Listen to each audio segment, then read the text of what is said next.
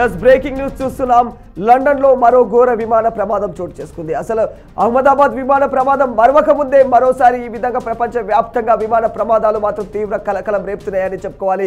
ఇక ఈ క్రమంలో ప్రస్తుతం ఇక బ్రిటన్లోని సౌత్ ఎండ్ విమానాశ్రయంలో ఈ ప్రమాదం చోటు చేసుకుంది. దాదాపు 12 మీటర్ల ఎత్తు నుంచి ఈ విమానం అయితే భూమిపై పడిపోయినట్లు తెలుస్తోంది. ఇక ఈ పడిపోయిన సమయంలో కూడా భారీ పేలుడు, ఆ పొగతో కూడినటువంటి మొత్తం అంటే పేలుడు మంటలు, ఆ పొగలు మొత్తం ఎక్కడక్కడ అలుముకున్నాయి ఆ ప్రాంతం అంతా కూడా. ఇక వాస్తవానికి ఇది టేక్ ఆఫ్ అయిన కొద్ది సెకండ్లోనే అంటే దాదాపు 4 నిమిషాల్లోనే ఇది మళ్ళా నేలపై వాలిపోయినట్లు తెలుస్తుంది ఈ యొక్క విమానం. అయితే విమాన ప్రమాదంలో ఇప్పటి వరకు ఎవరెవరికి గాయాలయ్యాయి, ఎంతమంది మృతి చెందారో అన్న కోణంలో మాత్రం ఇంకా దీనిపైన దర్యాప్తు కొనసాగుతుంది. ఇక ఇప్పటికైతే దీనిపైన ఇప్పటికీ అధికారులు మాత్రం ఏమాత్రం క్లారిటీ ఇవ్వట్లేరు.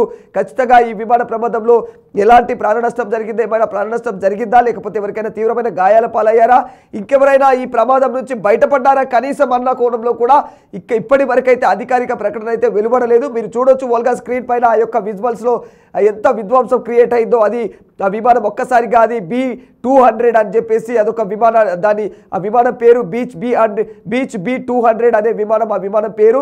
అలా ఆ విమానం ఒక్కసారిగా సౌత్ ఎండ్ ఏదైతే బ్రిటన్లోని సౌత్ ఎండ్ ఎయిర్పోర్ట్లో ఈ విమానం అక్కడి నుంచి టేక్ ఆఫ్ అయింది.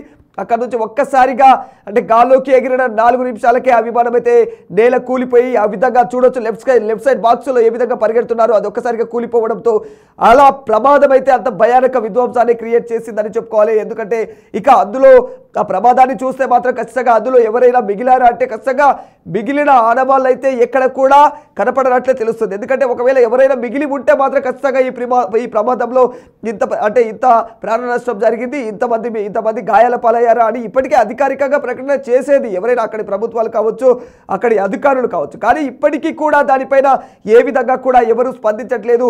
అందులో నుంచి ఎవరైనా ప్రాణాల నుంచి బయటపడ్డారా, లేకపోతే ఎవరికైనా గాయాలయ్యాయా అంటే మాత్రం ఇక దానిపైన ఎలాంటి క్లారిటీ అయితే కొనసాగట్లేదు. మీరు చూడొచ్చు రైట్ సైడ్ బాక్సుల్లో కూడా ఆ మేఘాలను కమ్ముతున్న అంటే ఆకాశాన్ని కమ్మేస్తున్నటువంటి మేఘాల్లాగా ఎంతటి నల్లటి ఆకారం అదంతా కూడా ఆ దట్టమైన పొగ అదంతా కూడా ఆ పేలిన సమయంలో ఒక్కసారిగా పెద్ద సౌండ్ వచ్చింది. అది నేల కూలగానే ఇక ఆ సౌండ్కి అయితే స్థానికంగా ఉన్నటువంటి ప్రజలందరూ కూడా తీవ్రమైనటువంటి భయాందోళనకు గురి చెందారు.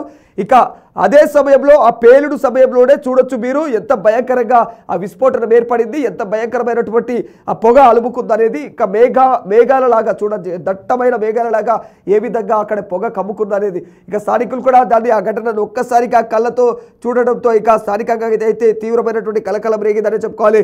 టేకాఫ్ అయిన నిమిషాల్లోనే కొద్దిసేపటికే విమానం అయితే ప్రమాదానికి గురైంది. ఇక టేకాఫ్ సమయంలోనే ఏదైతే టెక్నికల్ సమస్యలు ఉన్నాయో ఆ టెక్నికల్ సమస్యలే తలెత్తినట్లయితే అధికారులు తెలియజేస్తున్నారు. ప్రస్తుతానికి ప్రాథమిక నివేదికల ప్రకారం ఇంజిన్ ట్రిబుల్ లేదా ల్యాండింగ్ అంటే ఇంజిన్ ట్రబుల్ అయిందా, లేకపోతే ల్యాండింగ్ గేర్ ఏమైనా ఫెయిల్ అయిందా అన్న కోణంలో అయితే ఇక అనుమానాలు వ్యక్తమవుతున్నాయి. ఒకవేళ ఇదే కనుక జరిగితే మాత్రం ఖచ్చితంగా ఇది ఖచ్చితంగా సంస్థ ఏదైతే యాజమాన్యం ఉంటుందో, విమానయాన యాజమాన్యం ఉంటుందో దాని యొక్క పొరపాటుగానే పరిగణలోకి తీసుకోవచ్చు. ఇది హఠాత్తుగా గాల్లోకి ఎగిరిన తర్వాత ఒక్కసారిగా ఈ విధంగా ఏర్పడిందంటే ఈ విమానం ఏదైతే టేకాఫ్ సమయం ఉంటుందో టేకాఫ్ సమయానికి ముందుగానే దానికి సంబంధించి అన్ని బాగున్నాయా, విమాన పరిస్థితులు ఏ విధంగా ఉన్నాయన్న కోణంలో దానిపైన అయితే పరీక్షిస్తారు ముందుగానే అధికారులంతా. పరీక్షించిన తర్వాతే దాన్ని గాల్లోకి వదిలే ప్రయత్నాలు చేస్తూ ఉంటారు అక్కడి సిబ్బంది అంతా కూడా.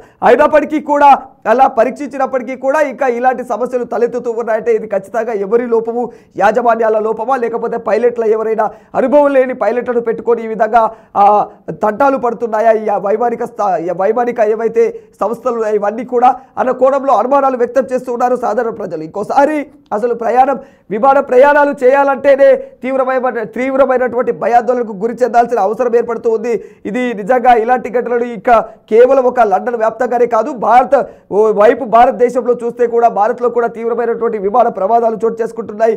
ప్రపంచ వ్యాప్తంగా కూడా ఇప్పుడు ఈ 2 దేశాలే కాదు ప్రపంచవ్యాప్తంగా కూడా ఇదే పరిస్థితి కనిపిస్తుంది విమానయాన రంగంలో. మరి ఖచ్చితంగా దీనిపైన అంటే ఓవరాల్గా విమానయాన సంస్థలపైన కూడా ఆయా ప్రభుత్వాలు ఏవైతే ఉంటాయో ప్రభుత్వాలు ఖచ్చితంగా వీటిపైన ఓ క్లారిటీకి తీసుకొని వాటిపైన నిబంధనలు పెట్టి ఖచ్చితమైన కండిషన్స్ పెట్టి ఖచ్చితంగా సంస్థలు ఎందుకు ఇలాంటి నిర్లక్ష్య ధోరణికి ఎగబడుతూ ఉన్నాయి, ఎవరి ప్రాణాలు తీస్తారు అన్న కోణంలో మీ యొక్క నిర్లక్ష్య ధోరణి వల్ల ప్రజల ప్రాణాలు మీకు అంటే అంత చులకన అనిపిస్తుందా అన్న కోణంలో ప్రభుత్వాలే వీటిపైన చొరవ తీసుకొని వీటిపైన కఠిన ఆంక్షలు విధిస్తే తప్ప ఈ మారని పరిస్థితులు ఖచ్చితంగా దీనిపైన మీరు చూడొచ్చు ఆ యొక్క విజువల్స్ గా స్క్రీన్ పైన మరోసారి ఇక ఎంత భయంకరమైనటువంటి విధ్వంసాన్ని సృష్టిస్తూ ఉన్నాయో అవన్నీ కూడా ఆకాశాన్ని మొత్తం పూర్తిగా కూడా కమ్మేశాయి ఆ పొగలన్నీ కూడా. అయితే ఆ విమానంకి నేల రాలినప్పుడు అయితే ఖచ్చితంగా పెద్ద విధ్వంసం ఏర్పడింది, పెద్ద సౌండ్ వచ్చింది, ఏదో పెద్ద పేలినట్టుగా.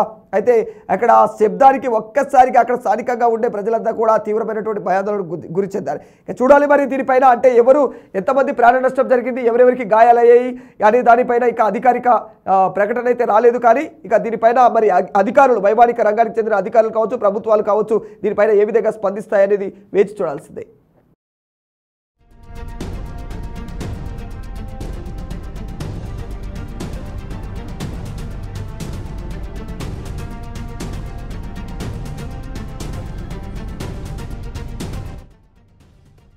Yes, anyway, these are the disturbing visuals. Our description is ఖచ్చితంగా ఈ కంటెంట్ అనేది మాత్రం ఖచ్చితంగా ఎవరిని ఉద్దేశించినది కాదు.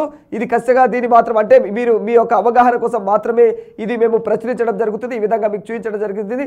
ఖచ్చితంగా these are the disturbing visuals. Our description is advised. ఎవరిని ఉద్దేశించి కాదు, ఎవరు భయపడాలని కాదు, ఖచ్చితంగా మీకు అవగాహన కలగాలని మాత్రమే మేము ఈ విజువల్స్ అనేటివి చూపించడం అయితే జరుగుతుంది.